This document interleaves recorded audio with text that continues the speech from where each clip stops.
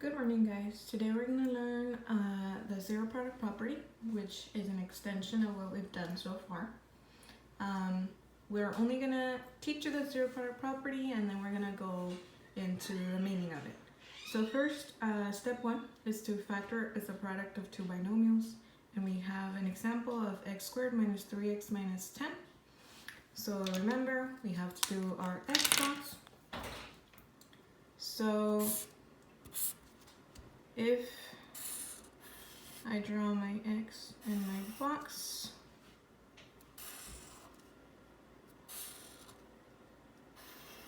remember I have to place the x squared in the first box and across it the negative 10.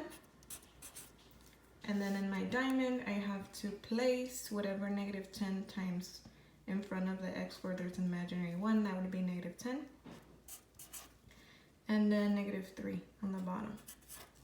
So I have to find two numbers that when I multiply them they give me negative 10, and when I add them they give me negative 3, so that I can place them in this part of the boxes.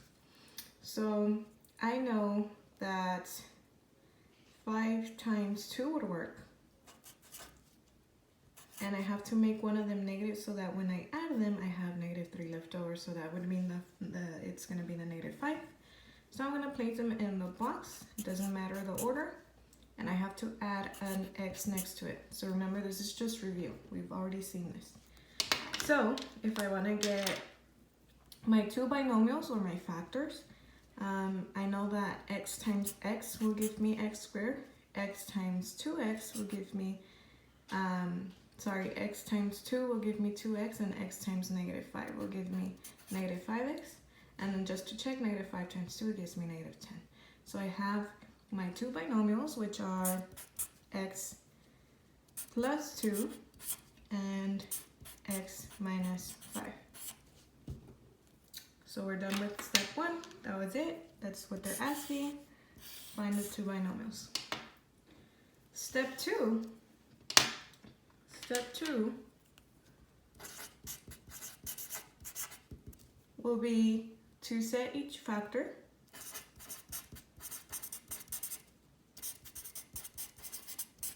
or binomial equal to 0 and solve for x. Okay, so that's pretty straightforward. We're gonna take each binomial and we're gonna equal to 0. So we have x plus 2, and we're gonna equal that to 0. And then we have x minus 5, and I'm gonna equal that to 0. Okay, so then I have to solve for x. It says solve for x. So to solve for x, I would just subtract the 2, and x is equal to negative 2.